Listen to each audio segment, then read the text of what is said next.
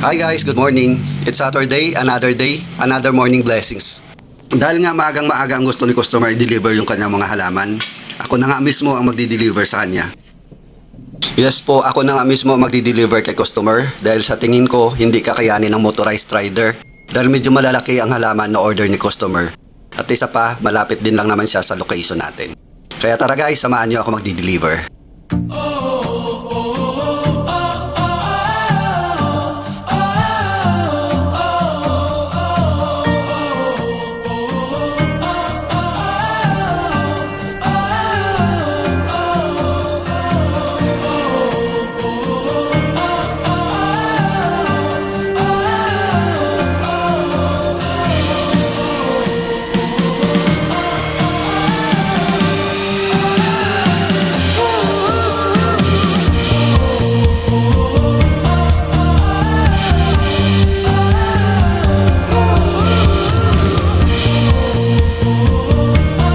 At nandito na nga ako guys sa bahay ng ating customer.